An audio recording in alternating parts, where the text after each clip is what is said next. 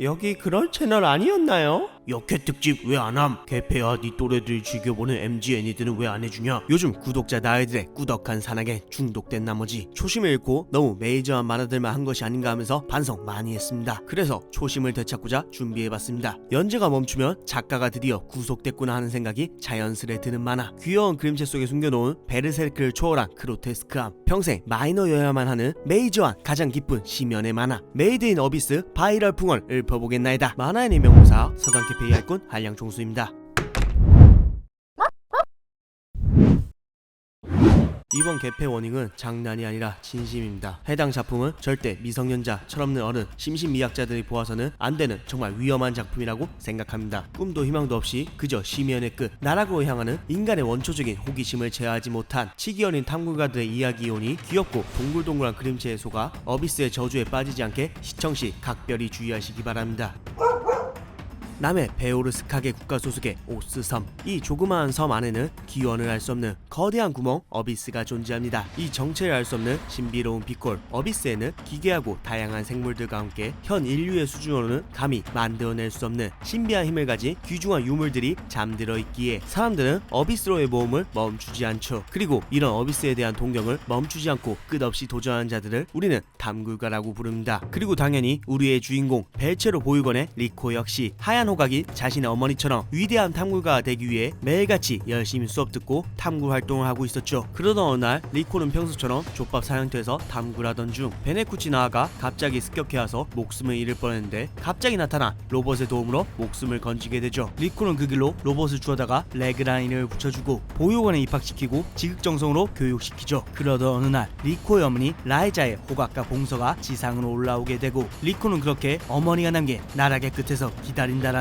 메시지를 읽고 자극을 받아 어비스로 향할 준비를 합니다. 하지만 아직 붉은 호각인 리코는 심계 1층으로 가는 것이 허락되지 않기에 친구들과 레그의 도움을 받아 몰래 어비스의 심계로 모험을 떠나면서 본격적인 메이드 인 어비스의 이야기가 시작됩니다. 줄거리도 짧게 살펴봤으니 다음으로 주요 등장인물들 한번 최대한 스포 없이 리코 탐굴대 먼저 슈루룩 알아보도록 하죠. 리코 탐굴대 헬로 어비스의 대장 아동경 리코, 하얀 호각 선멸경 라이자의 딸답게 어비스에서 태어났으며 엄마의 뒤지지 않은 탐굴가가 되기 위해 레그와 함께 어비스의 끝으로 향하죠. 가끔은 이 미지에 대한 과한 동경으로 인해 사고를 치기도 하지만 호기심만큼이나 배려심 넘치는 성격이기에 리코 탐험대의 대장으로서 나름 동료들을 멋지게 이끕니다. 물론 전투 능력은 거의 없다시피 하다 보니 정말 말도 안 되게 구릅니다. 정말 개같이 구르지만 그래도 포기하지 않고 어비스의 끝을 향해 나아갑니다. 미지에 대한 동경은 멈출 수가 없기에 어느 날 갑자기 어비스에서부터 기어 올라온 리코 탐굴대의 전투원 나락의 지복 레그. 그 사건으로 이름은 물론 기억까지 잃어버린 탓에 무슨 이유로 지상에 어떻게 올라왔는지는 모르지만 우선은 리코가 주어준 덕분에 벨체로 보육원에서 교육을 받던 중 자신의 잃어버린 기억을 되찾기 위해 리코와 함께 어비스 여정을 떠나게 됩니다. 기억을 잃은 탓에 어비스에 대한 지식과 배경이 전무하여 탐구가가 아닌 어비스를 처음 접한 무지한 일반 독자들의 시점에서 어비스에 대한 감상을 늘어놓는 포지션인지라 세계관에 더욱 깊게 몰입할 수 있게 도와주죠. 이런 레그는 겉보기에는 그냥 순진하고 소심한 소년 같지만 어비스 상승부와 면역, 어비스의 법칙을 다시 쓴 수준의 화장포, 경이로운 신체 능력까지 그야말로 온몸이 특급 유물이라고 해도 과언이 아니죠. 하지만 이런 능력과는 별개로 부끄럼 많은 소년이기에 긴박한 상황이 닥쳤을 때 뇌정지와서 조금 판단이 느리다는 확실한 단점도 갖고 있습니다. 리코 탐굴대의 참모경 의사, 향기로운 푹신푹신한 인형 나나치, 심계 4층에서 위기에 빠진 리코와 레그를 도와주는 것으로 첫 등장한 탐굴가들의 말로 나나치, 여명경으로부터 탈주 후 자신의 보물 미티와 함께 지내고 있던 중 리코 일행을 조우하면서 죽지 않는 미티를 죽일 수 있는 방법을 알게 된 후 미티를 처단한 뒤 그 공로를 인정받아 리코 일행에 합류하죠. 독소 독학으로 쌓아올린 지식과 의술, 역장을 읽고 예측하는 능력과 빠른 상황 판단을 바탕으로 리코 일행의 의사 겸 브레인으로 활약합니다. 리코 탐굴대 소속 새벽의 꽃 푸르슈카, 하얀 호각 여명경 본도르드의 양녀인 푸르슈카는 또래가 없어서 외로워하던 중 아빠 여명경의 연구를 도와줄 특별 손님이 리코 일행에게 처음에는 칭칭거리지만 이내 친해지고 싶다는 속내를 강하게 어필하는 모습으로 첫 등장하죠. 하지만 리코 일행에게 본도르드가 그딴 짓을 해버린 것을 목격. 끝내 자신 역시 본도르드에게 희생당하지만 그래도 자신을 키워준 아빠를 끝까지 사랑합니다. 리코 탐굴대의 전투원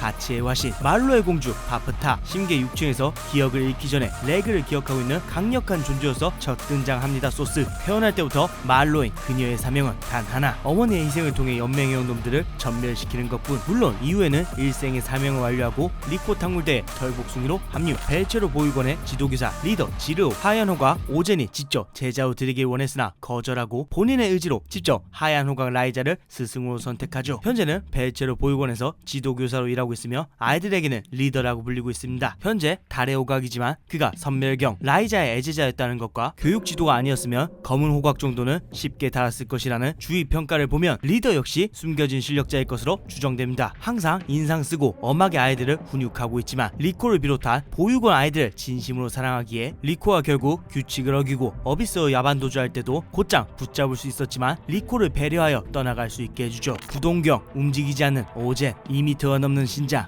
가학적이고 뒤틀린 성격, 찢어진 입, 무쌍의 괴력을 가진 하얀 호각으로 심계 2층 감시기지에서 리코 일행을 마주한 것으로 첫 등장하죠. 무려 50년 전부터 하얀 호각이었던 자상한 할머니인지라 리코의 엄마 선멸경 라이자를 길러내 스승답게 자신의 방식대로 리코와 레그를 아주 찰지게 교육시켜줍니다. 비록 가학적이긴 하지만 나름 츤츤거리고 친절한 성격인지라 리코 탄생의 비밀과 어비스 여정에 필요한 꿀팁들을 아낌없이 전수해주죠. 자신이 사랑했던 제자 라이자와의 약속이었으니까요.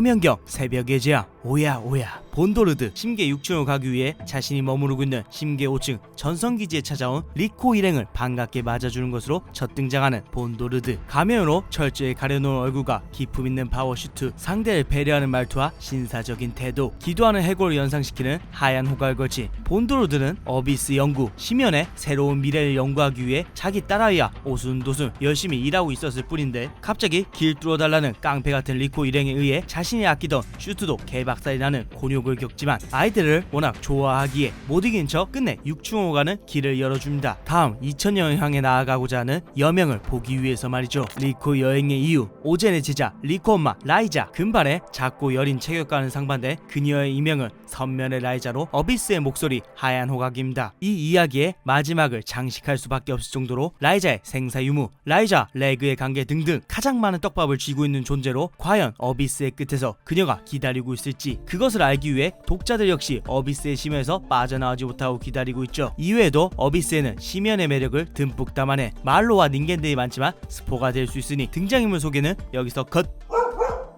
뒤틀린 심연을 낱낱이 보여주는 어비스를 왜 봐야 하는지, 메이드 인 어비스의 무지성 서킹할 만한 가치에 대해 정리해보자면, 첫째, 미지에 대한 인간의 원초적 동경의 가치를 담아낸 어비스. 모든 것이 정복될 이 세계에 존재하는 유일한 최후의 심연 어비스. 이 만화에서 어비스는 단순한 정복의 대상이 아닌 성스러운 영적인 존재이자 신으로 취급합니다. 그렇기에 세계관 최강자급의 하얀 호각이라 할지라도, 어비스의 규칙을 새로 쓸 레그라 할지라도, 어비스 안에서는 그저 모두가 하찮은 생명 한 조각 불과하다는 어비스의 절대적인 철학은 도대체 어비스란 것이 무엇인지에 대한 원초적인 궁금증을 증폭시키죠. 뿐만 아니라 해체하고 분석할 요소들이 넘쳐나는 층마다 다른 어비스의 저주, 생태계, 동식물까지 사소한 것 하나하나 특유의 디테일하고 생동감 넘치게 묘사한 세계관은 실제로 존재하는 듯한 착각을 불러일으킬 정도죠. 그래서 몇몇 사람들은 언제 죽을지 모르는 장소인 어비스에 대한 동경을 멈추지 않는 탐구가들을 보면서 실제 인류가 미지의 우주나 심연을 탐험하는 과정을 어비스에 빗대서 표현한 것 같다고 평하기도 합니다. 둘째, 미지의 세계에 잠식되는 현실적인 캐릭터들, 주인공들의 설정과 서사까지 세계관과 아우러져 그야말로 미친 시너지를 뽐냅니다. 한없이 맑고 호기심 많은 아이 같지만 서서히 인간성을 상실한 듯한 묘사가 짙어지는 리코, 자신의 모든 것을 앗아갔지만 동시에 자신을 구원해줬던 본도드들을 애증할 수밖에 없는 나나치, 딸을 위해서였다고 하지만 사실은 어비스를 향한 동경을 멈추지 못하고 딸을 버리고 심연으로 나아간 라이자, 새로운 여명을 위해 어비스 최고의 학자가 되기 위해 딸은 물론 자신조차 인간이기를 포기한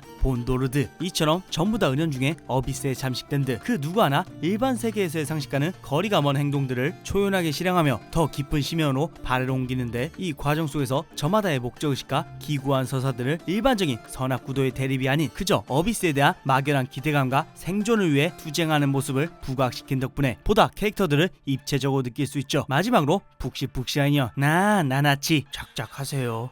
본래 나나치는 본도르드와 동기어지한 운명이었는데 나나치의 미친 인기 때문에 작가조차 죽이지 못했던 게 팩트일 정도로 이 작품이 연명할 수 있는 이유가 전부 나나치 덕분이거늘. 허리중색. 아무튼 요약하자면 미지의 동경한 대가가 얼마나 치명적인 줄 알면서도 실존한다면 한 번쯤 가보고 싶다는 생각이 들게 만드는 매력적인 세계관과 그 세계관에 잠식되어가는 아주 섬세한 묘사들을 개성 강한 입체적인 캐릭터들을 묘사해낸 명작이라고 할 수 있죠. 어떤 부분이 그리 정교한지 얼마나 개성이 강한지는 후에 개별 풍어에서 진하게 다뤄드리겠습니다.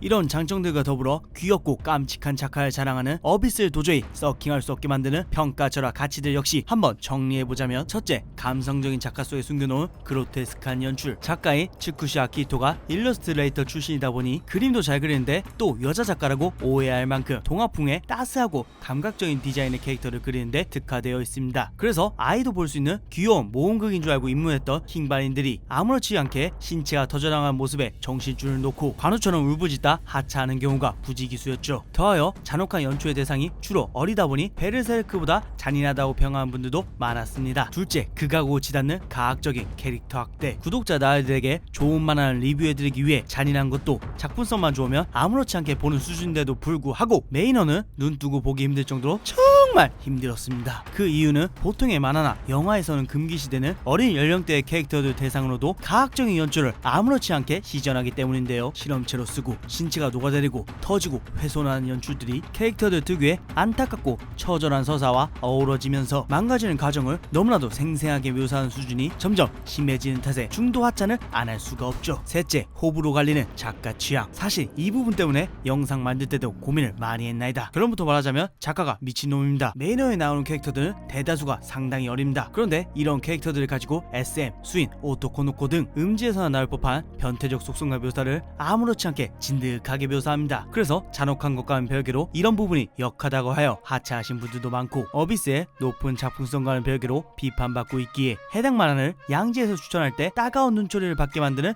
요소이기도 합니다. 그리고 무엇보다 작가의 건강 사정 등으로 인해 연재 속도가 극악인 것도 한몫했습니다. 물론 느린 만큼 퀄리티와 페이지 수가 압도적이긴 하지만요.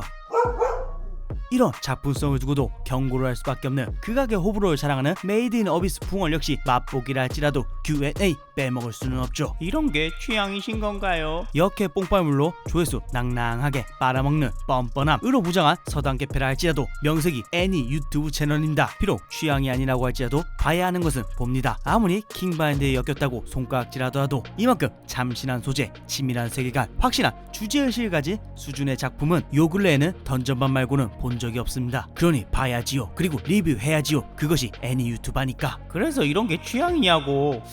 늘 말하지만 제 취향은 금발 들이댄 친데레 여왕님 속성 어비스 보는 순서 알려주세요. 볼 시간이 없으신 분들은 총지편, 전편, 여행을 떠나는 새벽, 총지편, 후편, 방랑하는 황혼, 극장판, 깊은 영혼의 여명, 애니 2기, 열일의 황금향, 이 순서대로 관람을 하시면 됩니다. 혹시나 시간 여유가 있으시다면 애니 1기, 극장판 황혼, 애니 2기, 황금향 순서로 즐기시면 됩니다. 그리고 참고로 가능하면 원작 코믹스를 보고 난 뒤에 애니를 보면 원작에서 묘사되지 못했던 배경이나 설정 디자인을 보다 깊이 있게 음미할 수 있으니 원작을 보고 난 후에 애니를 보는 것을 추천드립니다. 또한 열일의 황금향 속편 역시 제작이 확정된 만큼 만감부. 여명경은 그래서 왜 안 죽은 건가요? 시간 관계상 결론만 짧게 말하겠습니다. 리코 일행이 죽인 건 본도르드의 수많은 육체들 중 일부뿐입니다. 또한 아빠와 친구들이 싸우지 않았으면 하는 프루슈카의 의지를 이어받아 본도르드 불멸의 비결 정신 예속기를 파괴하지 않았기 때문이죠. 참고로 천륜과 인류를 저버린 미친 시험을 자행하는 본도르드 에피소드의 이런 애매한 결말은 현재까지도